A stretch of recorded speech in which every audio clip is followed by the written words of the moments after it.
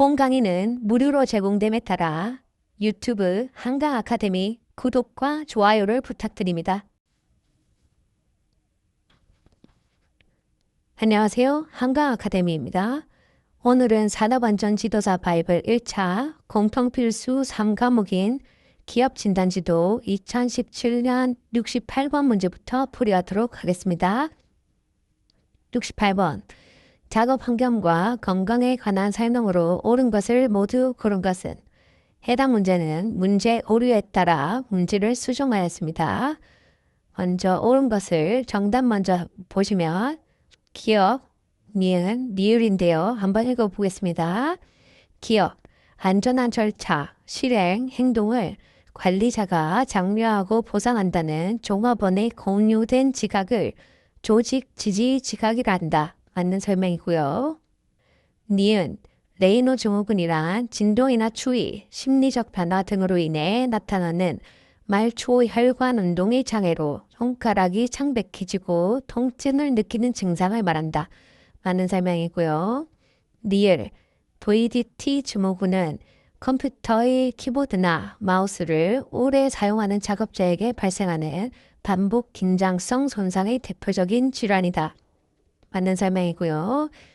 틀린 디귿을 보겠습니다. 눈부심의 불쾌감은 배경의 휘도가 클수록 광원의 크기가 작을수록 감소하게 된다.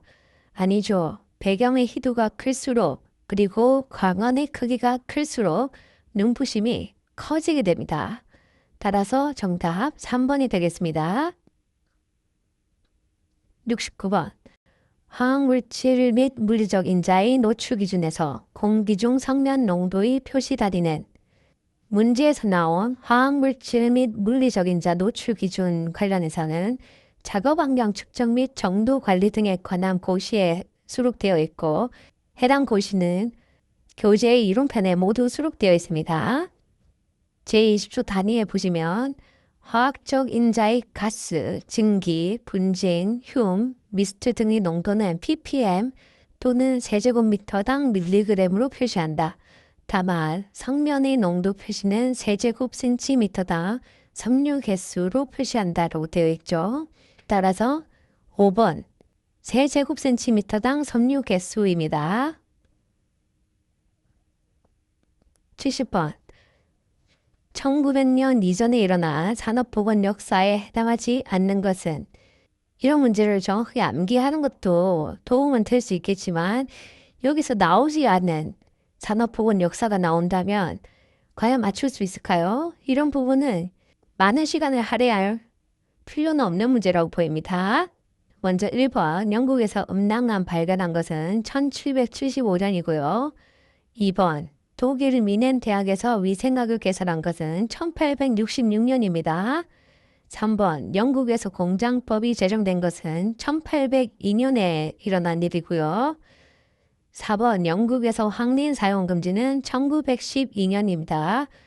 5번 독일에서 노동자 질병보호법 제정한 것은 1883년입니다. 따라서 정답은 4번이 되겠죠. 71번 산업위생 전문가의 윤리 강령 중 사업주에 대한 책임에 해당하지 않는 것은? 해당 내용은 한 번밖에 출제되지 않았습니다. 참고로 한번 읽어보겠습니다. 1번 쾌적한 작업 환경을 만들기 위하여 산업위생의 이론을 적용하고 책임있게 행동한다. 맞는 설명이고요. 2번 신뢰를 바탕으로 정직하게 검토하고 결과와 개선점은 정확히 보고한다. 맞는 설명입니다.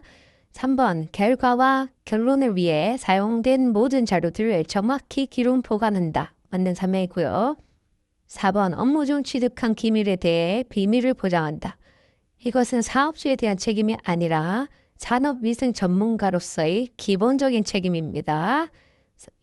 문제에선 사업주에 대한 책임은 모르죠.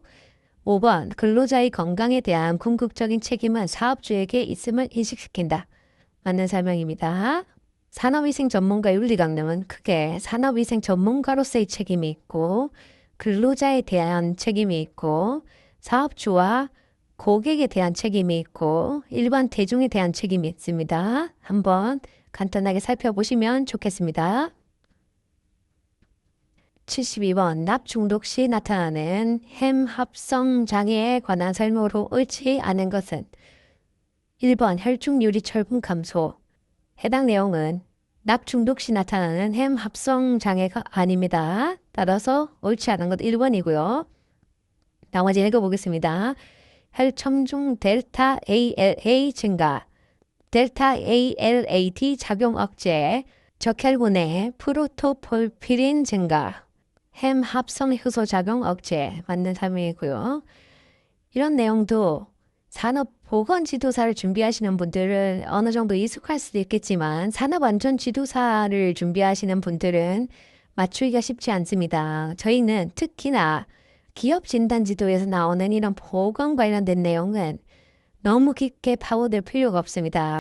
해당 내용에 투자하기보다는 다른 기업진단지도의 중요한 개념들을 숙지하셔서 최소 60점 이상, 높게는 70점 이상까지만 나오시면 충분히 1차 시험 합격할 수 있습니다. 그리고 이러한 내용들은 산업안전지도사에서는 2차 시험이나 3차 시험에서도 나오지 않습니다.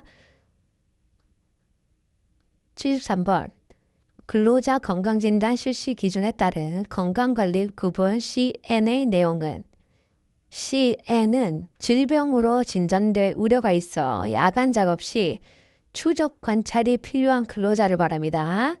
해당 내용은 근로자 건강진단 실시 기준에 있는데 이 고시는 교재에 모든 조항이 수록되어 있습니다.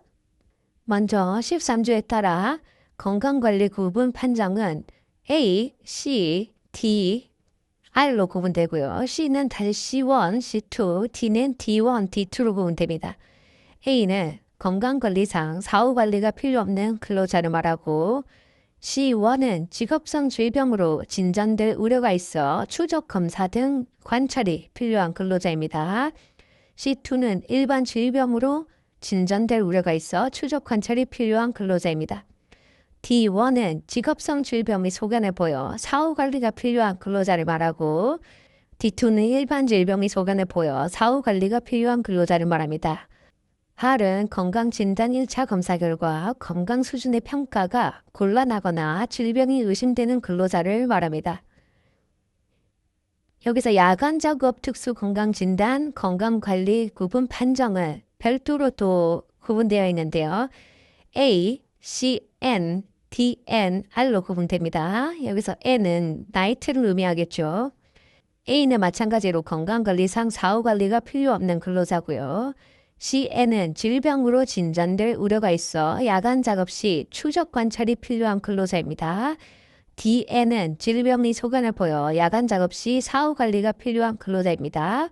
R은 건강진단 1차 검사 결과 건강 수준의 평가가 곤란하거나 질병이 의심되는 근로자를 말합니다. 74번 비누 거품 미터의 뷰렛 용량은 500ml이고 거품이 지나가는데 10초가 소요되었다면 공기 시료 채취기의 유량은 해당 내용은 유량에 대한 공식만 알면 쉽게 풀 수 있습니다. 가끔 유량은 단면적 곱하기 유속으로 계산하는 경우도 있고요. 이러한 공기 시료 채취기의 유량은 비누 거품이 통과한 시간분의 비누 거품이 통과한 용량으로 계산합니다. 따라서 500ml를 10초로 나누게 되고 문제에서는 유량의 단위가 리터 퍼 미닛이기 때문에 1리터는 1000ml고요. 1미닛은 60초죠. 단위를 환산해주면 정답은 3리터 퍼 미닛이 됩니다. 단위를 유의하셔야 됩니다. 따라서 정답 2번입니다. 75번 덕트 내 공기에 의한 마찰 손실을 표시하는 레이놀드 수에 포함되지 않는 요소는 3번 덕트면의 조도입니다. 레이놀드 수는 점성력분의 관성력으로 계산하게 되는데요. 여기서 점성력은 유체의 점성계수 뮤로 표시하고 관성력은 밀도 곱하기 평균 유속 곱하기 관의 지름으로 계산합니다. 따라서 레이놀드 수 계산 공식에 속도 있죠. 직경 있죠. 밀도 있습니다. 점도까지 있죠. 따라서 틀린 것은 3번이 되겠습니다. 오늘 강의는 여기까지 하도록 하겠습니다. 감사합니다. 더 자세한 내용은 네이버에 산업안전지도사 바이블을 검색해 보세요. 감사합니다.